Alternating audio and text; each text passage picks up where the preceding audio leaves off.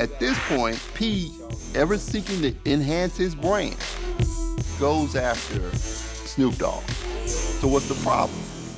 Suge Knight.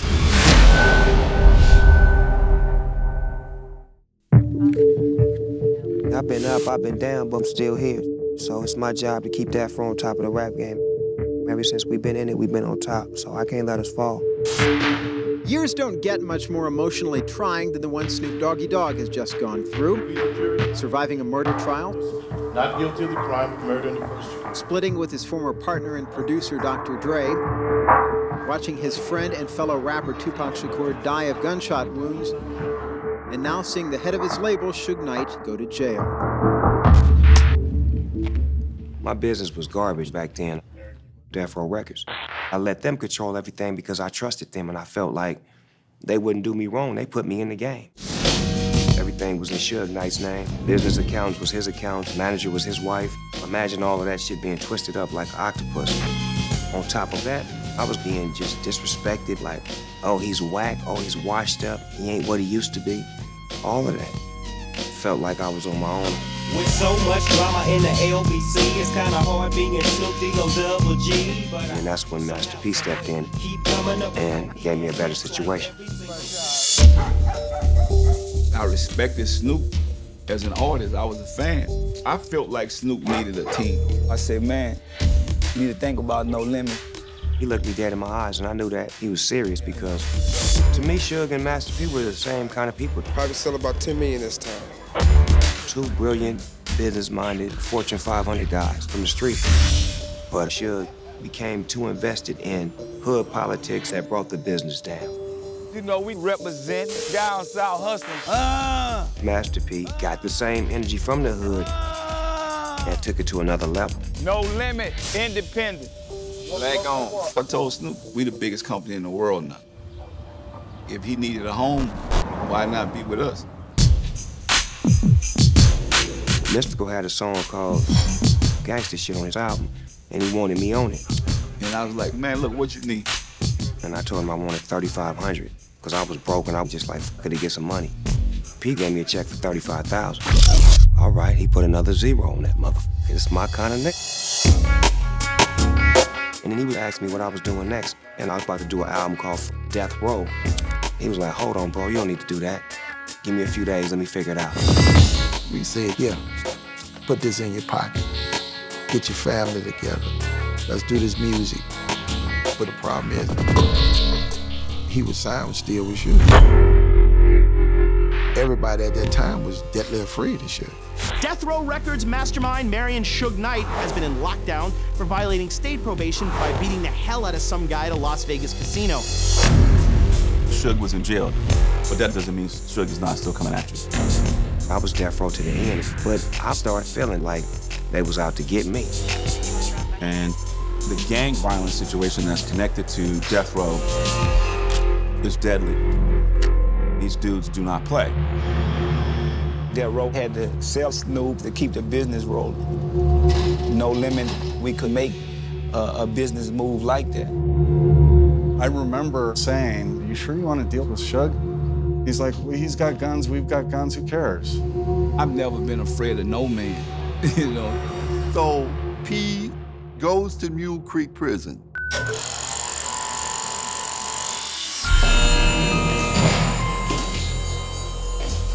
I met with Suge Knight and said, look, man,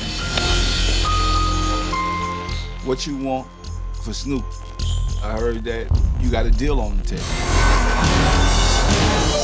They had a conversation, they got to understand it, worked out some numbers. He told me what it was,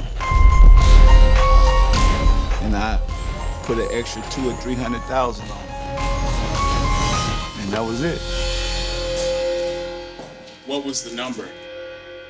It was a couple mil. I was working against the devil, and through the grace of God, Master P put a deal together.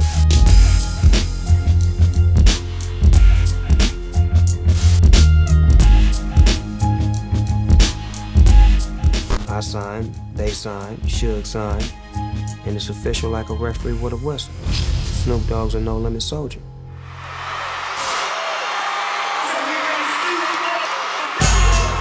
P gave Snoop a contractual 3-album deal. That first concert, Snoop with No Limit, fans went crazy. People embraced him and he gave that same love. We was one big happy family.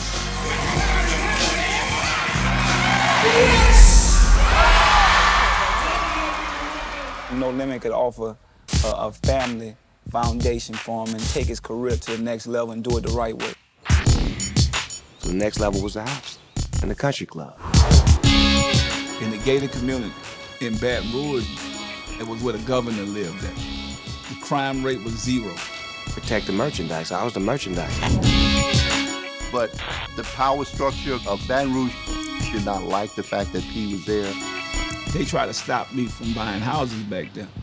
So I brought them outright. Cash money. So who else from No Limit lives down in the country club? What's up, y'all? Boom, let's go. See, they don't want me here? You put all us in there. They never had a black person live back here in the country club. They weren't ready for us to be that free, you know, to have that much power. I'm a flipper type person, swab by.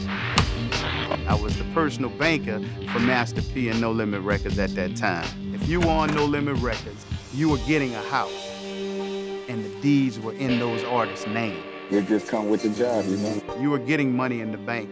You were getting jewelry and cars. That's how P handled business. It was the American dream at the time. But that's also when some people on No Limit began to experience the other side of Southern hospitality. With all that money No Limit spent to enrich the economy of Baton Rouge just wasn't ready. Baton Rouge is in the Deep South and a home of some of the most racist institutions. You know, David Duke and the KKK. You can't get much worse than Louisiana, you know, in terms of its history of racism. Keep your hands where I can see them. In 1993, the Baton Rouge police were known to dress up in blackface and tried selling drugs to black men. That tells you the mentality of the police department at that time. I'm gonna tell you a secret about No Limit. Every time we came out the house in the country club, they had feds and police sitting outside, watching the houses, following us. There was always somebody there waiting for somebody to slip. We got a big mansion, but now we're in a different jungle. You think the jungle bad in the Calio projects, but this jungle is a little bit more vicious. One time we looked across the field, we saw a cross burning. And that was in the country club. But they had the offices, they had their studios, so because of the business, we had to be there. So Master P, he was dealing with an extremely racist state and the capital of that state. First thing they're gonna do is disrespect Master P and say that you can't do it. You're not a real businessman. Who are you to try to set up your own Motown? At the time, I wasn't expecting to face that type of racism, but every time somebody tell me I can't do something, I'm like, all right, I'm about to do it.